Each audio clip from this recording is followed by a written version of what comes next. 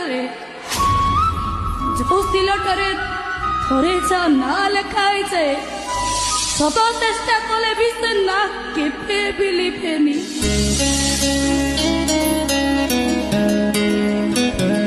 ତାଛଡ଼ା ତମ ପ୍ରତିଶୋଧର ନିଆଁଟା ଏତେ ପାଗଳ କରିଦେଲା ଯେ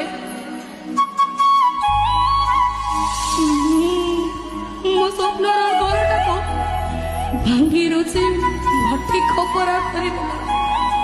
ଛଡ଼ା ମୁଁ ତ ସେ ଗୋପପୁରର ରାଧା ନୁହଁ ନା।